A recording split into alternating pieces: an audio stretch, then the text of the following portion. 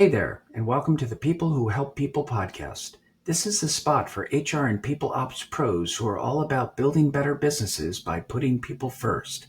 We chat with founders and experts who've been there, done that, and are generous enough to share what actually works. Thanks for listening, and we hope you enjoyed today's episode. Hello again. Today, I'm happy to be speaking with Cara Hunter, principal at livingHR, about future-proofing HR consulting firms in the age of AI, while maintaining a human-centered HR consulting approach. Cara, welcome to the podcast. Thanks. It's great to be here. Yeah, it's great to have you here.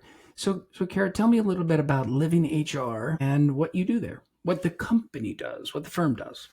Absolutely. Happy to share that. So, Living HR is a people first talent consulting group. And so we provide consulting services across the entire talent spectrum. So, anything from recruitment, onboarding.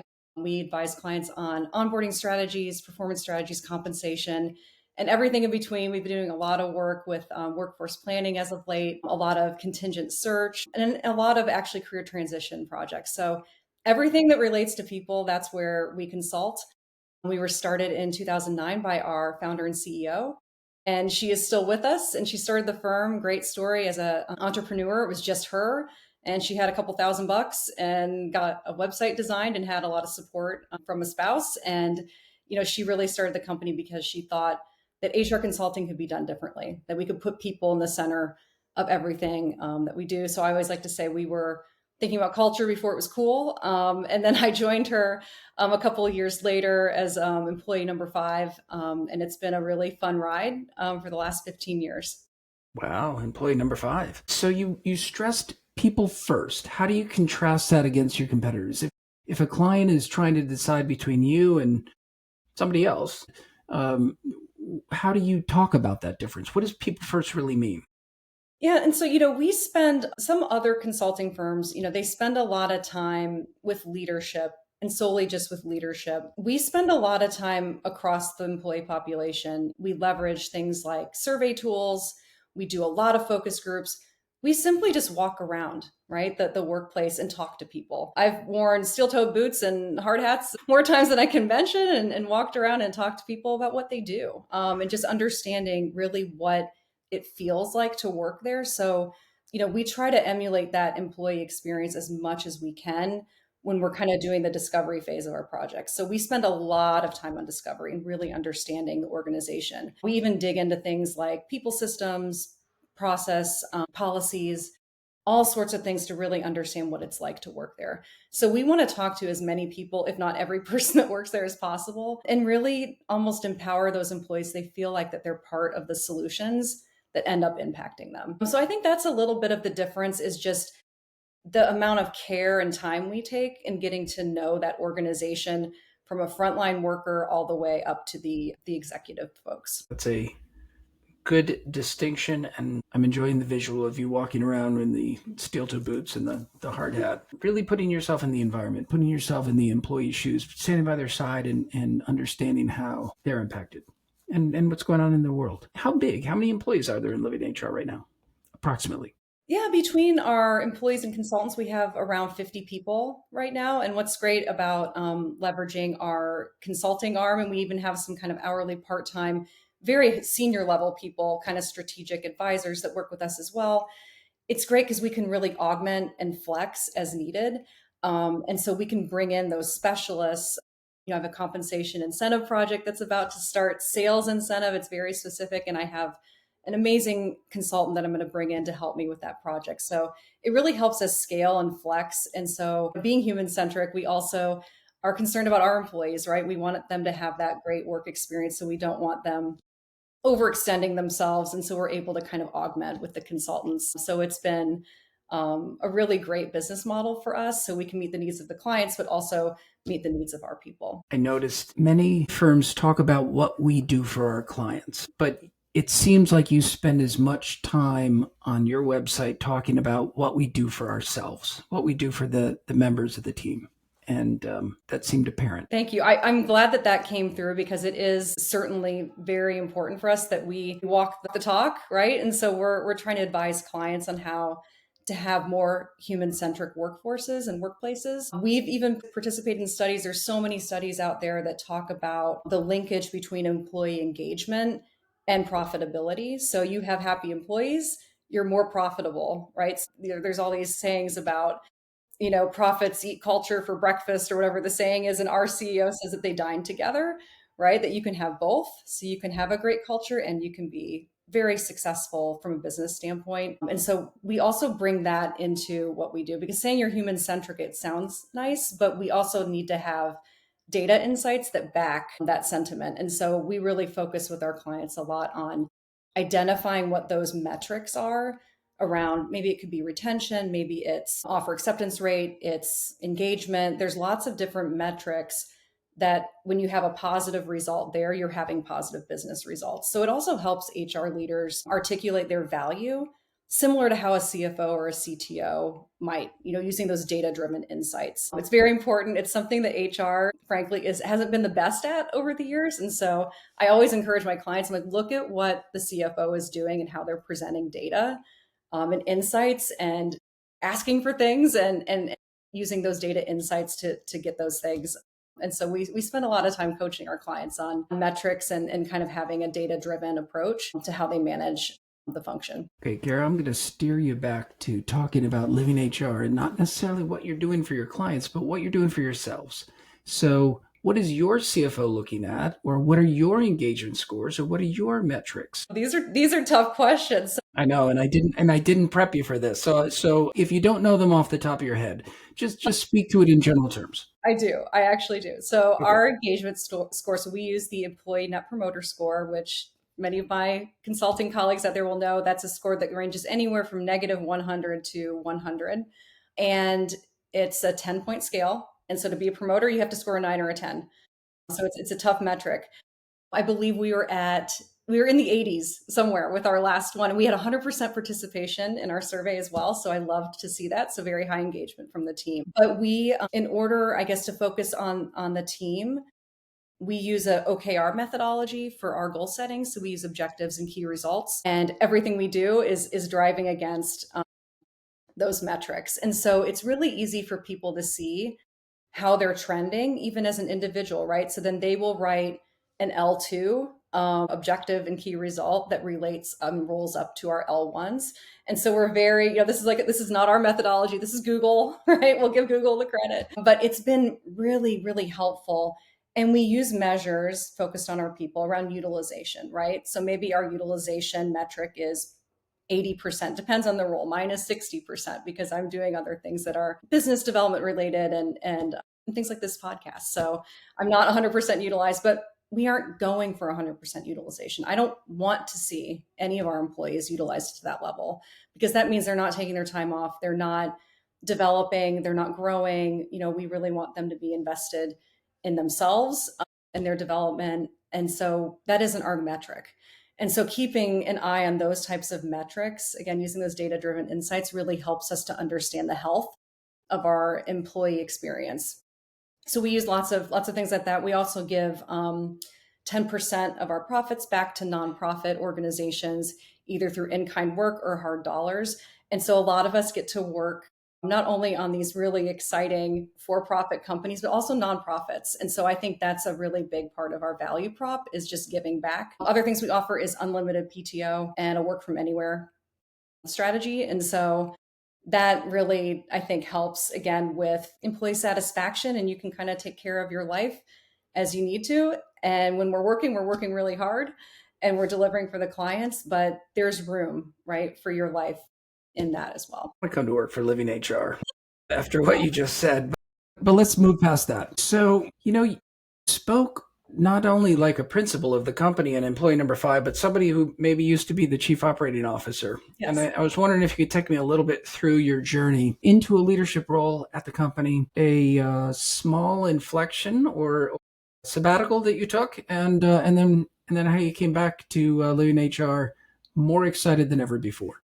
Yeah, absolutely. So I will give a nod to kind of my foundational experience, which was at PwC. I spent 12 years there, started very junior, just a couple years out of college. and kind of worked my way through the HR organization there up to a manager level.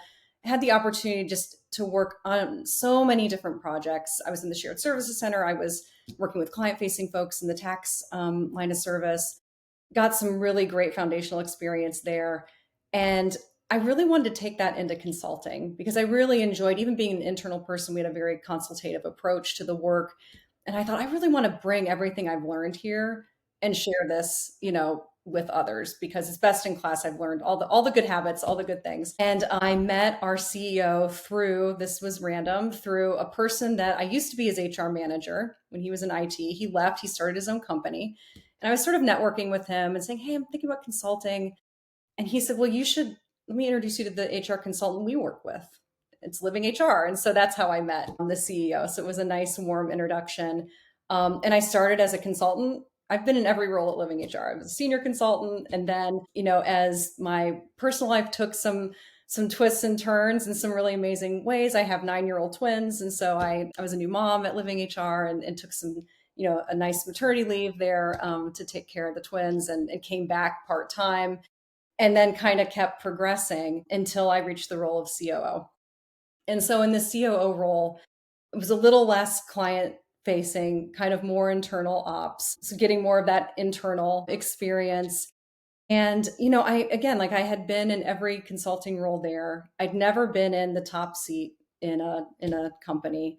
And opportunity fell in my lap to be, the head of HR, the VP of people and culture for you know, a growing private equity backed company. Very unique opportunity. And so I thought, this isn't going to land in my lap again, probably. And I've never been in this seat. And I advise people in this seat all the time. So what is this like? So I actually had a great dialogue with our CEO about it at Living HR. Obviously, over the years, we're friends, we're colleagues, we're very close. And, I made the decision to try it, tried it. And so this again, I hear this from clients and friends all the time. The role wasn't exactly what I expected it to be. The organization, the growth trajectory wasn't exactly where I thought it was going to be. Also, just administrate, like from a government perspective, some of the decisions that have been made with the administration today, there wasn't as much of an investment in the area that they do work in.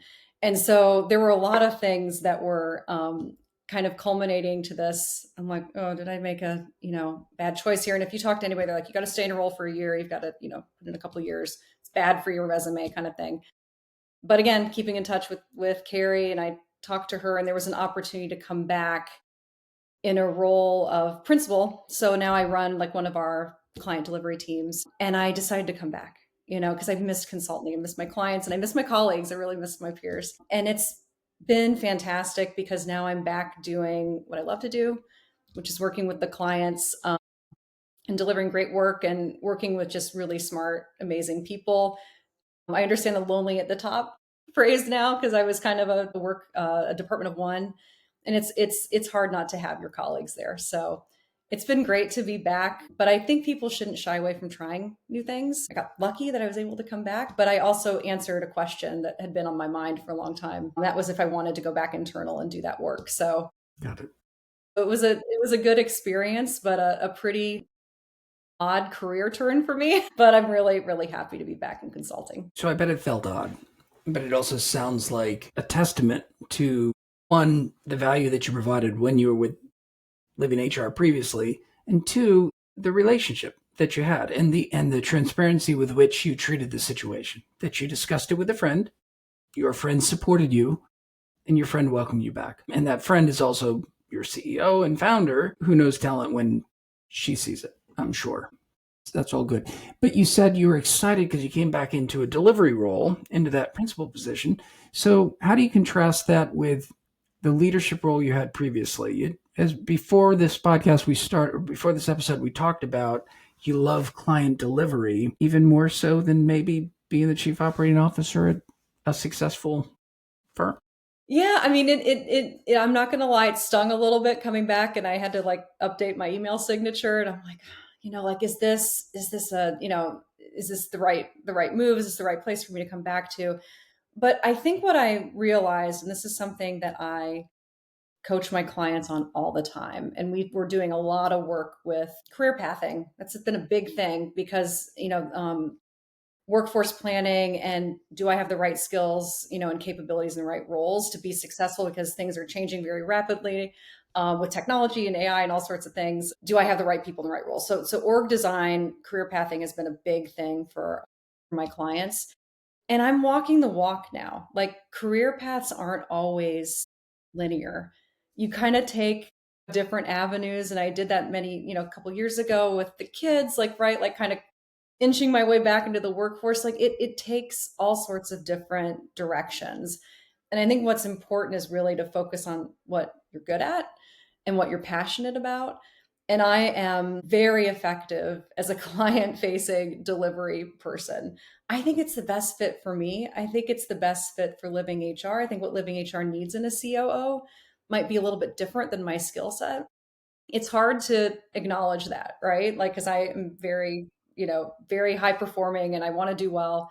But I think this is a better fit for me. And it's okay to, on paper, it might look like a little bit of a step down, but it's what I love to do. So I'm really happy being here. And it's, I think people shouldn't shy away from those things and think about your career, the career lattice versus, the career ladder. Like there's lots of different directions you can go. It's about adding value and being happy in what you're doing. So many times we hear that. So many times we say that. We say, follow your passion, do what you love. If you do what you love, you'll never mind going to work. But you're right. When you've risen to a certain level and held a certain title, really the only person that bothers is you. And so once you get over that, and you go and you move into that position where you're doing what you love with a team that you love doing it, it's pretty easy to move past that thing. Yeah. Yeah. And I think for some people, they go from being an HR internal practitioner and then move into consulting. Sometimes when you make that leap, the new title in consulting may not be the same title you had, if you're working for a company. And so I would say, like, don't get hung up on titles. Like, just really look at what you're going to be doing. Obviously, compensation matters, right? So, do you feel like you're being paid fairly? And are you doing something that you really love and that you're really good at and that you feel like you can add a lot of value? Don't get too hung up on the title piece. Like that would definitely be my advice for people, especially if you're making that jump into consulting. The titling changes, things kind of change when you go that route. Let's switch gears.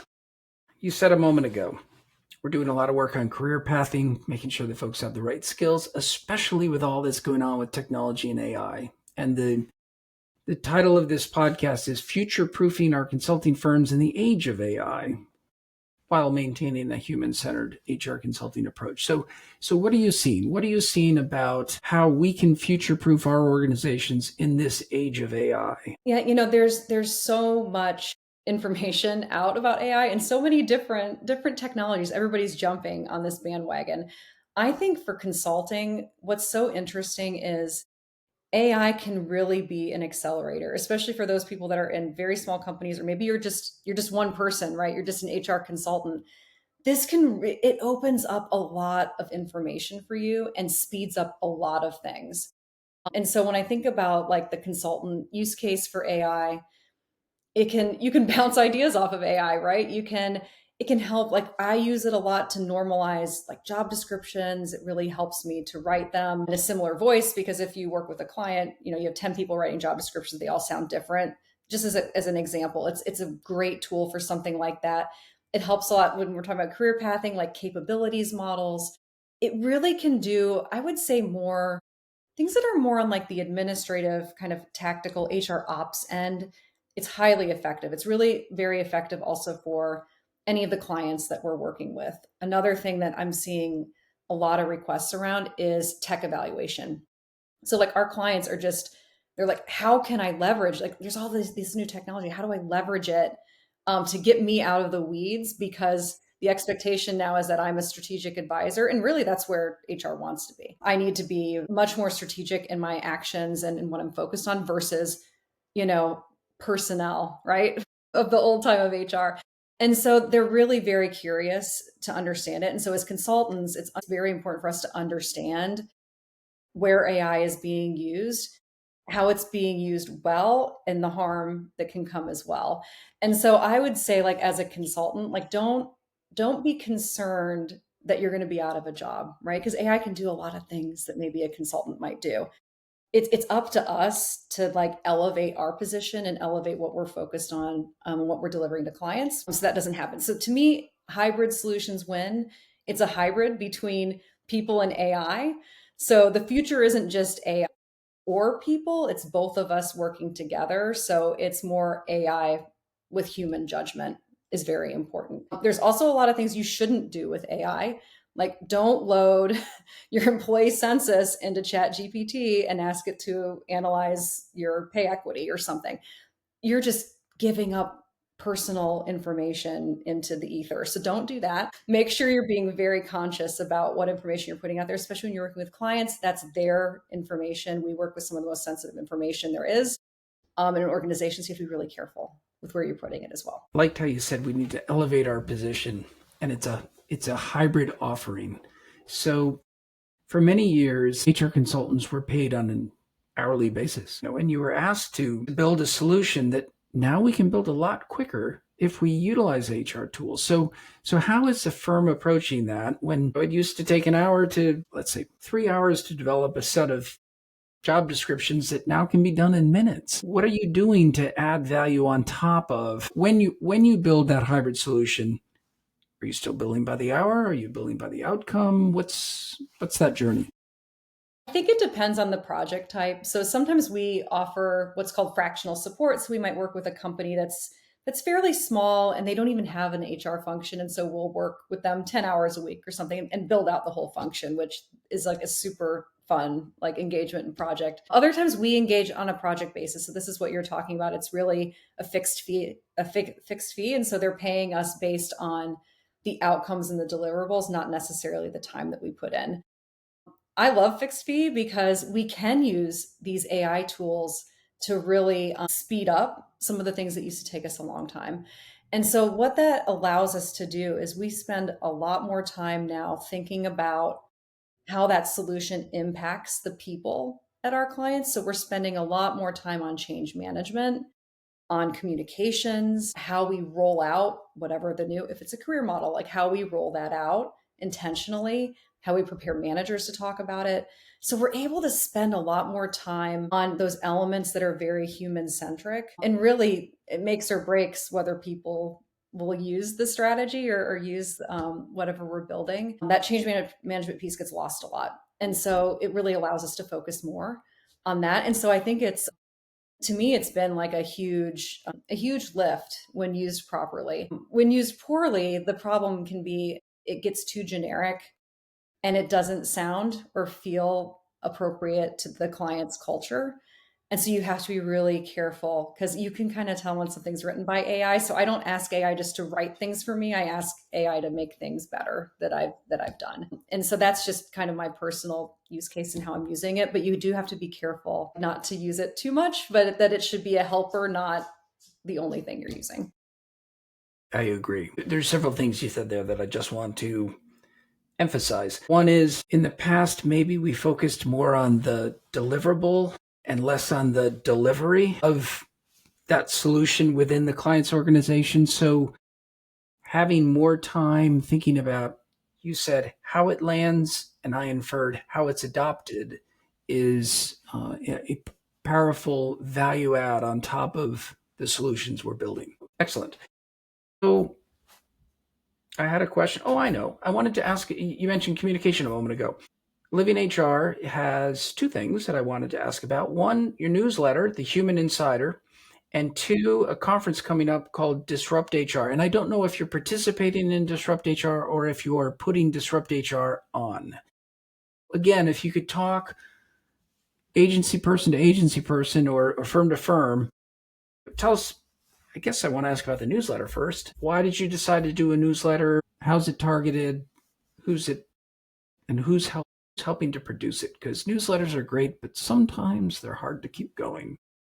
I agree. Like we have an amazing marketing team that really helps us keep that going. But what we found is that we do have some clients that, they engage with us for very specific projects. Sometimes they kind of go away for a period of time and then they come back, right? We have a lot of like boomerang clients, which is wonderful. Like they always think of us when they have their next kind of project that they're working on that has to do with talent.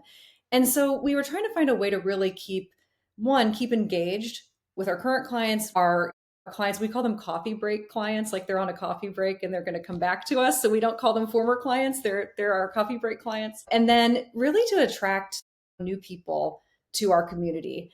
And so that's the intention of the newsletter. We always think about, and so our marketing team is amazing at working with myself and my counterparts to understand like what is HR going through in the month of September? What's top of mind for them?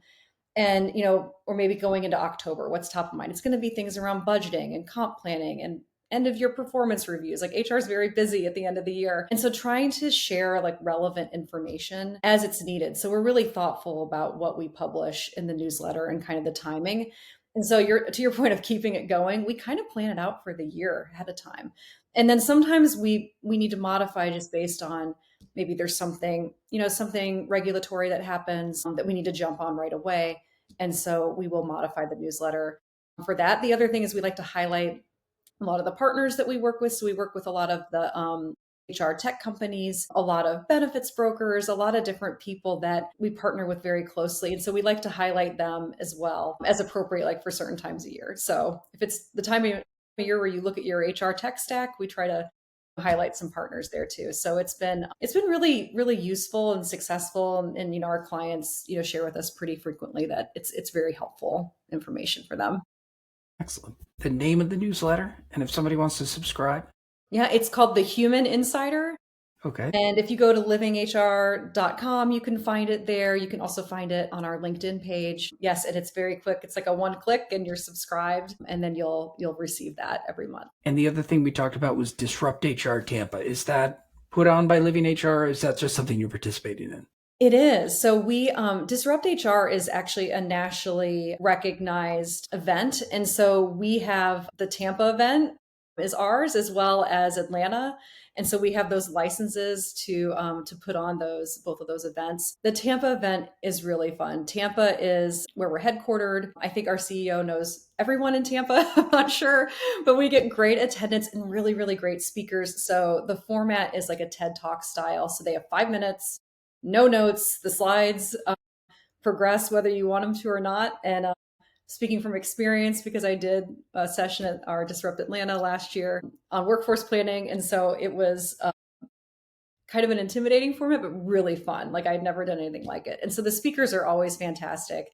And it's just, especially if you're in Tampa or the Tampa Bay area, just a really great way to connect. There's other consultants there. There's, our partners are there, clients, everybody comes out. It's a great time. So would love to see people there. If you're in Tampa, like grab a ticket. Again, you can find it on LinkedIn or our website. Would love to see you there. It's really, really fun. Do you know the date off the top of your head? I believe it's 13th of November. That sounds okay. So Disrupt Tampa 2025 will be on November 13th in Tampa, sponsored by livingHR. That's right. Excellent. And I'll be there. So I hope to see everybody. Everybody, if you're able, come on out. So Cara, speaking of that, if somebody's heard something today that they want to speak to you more about, or just want to find out more about either your story or livingHR, how do they get in touch with you? Yeah, being employee number 5, my email is very simple. It's Cara, CARA, at livinghr.com. We also have livingHR website, livinghr.com. There's lots of ways to engage with us there. We also have like a lot of even just complementary resources on the website. So that might be really helpful, especially for consultants starting out, and even just seeing kind of how we've laid things out. It might be really helpful for people to see that, but lots of complementary resources as well. If anyone is looking for a guide or, something that they need, we're happy to share that with the community. And so those are like the 2 easiest ways to get a hold of me. We have a LinkedIn page as well under livingHR. And we have, a lot of activity. We share a lot of information, a lot of these complementary resources through LinkedIn. We post pretty frequently. So that's another great way to get connected with us and just kind of see what we're up to and see if that aligns, with anything that you need any insight with. Very good. So we'll add all of that information that you just mentioned underneath the podcasts when we post them on YouTube and on Spotify, so that anyone listening to this can easily click through and get access to those resources. Wonderful. Cara, it's been wonderful having you on this episode today. And I've enjoyed hearing both your personal story and your thoughts on how we humanize delivery as we future-proof HR consulting in the age of AI. Right? Thanks, Craig. Cara, It's great to be here. good to have you.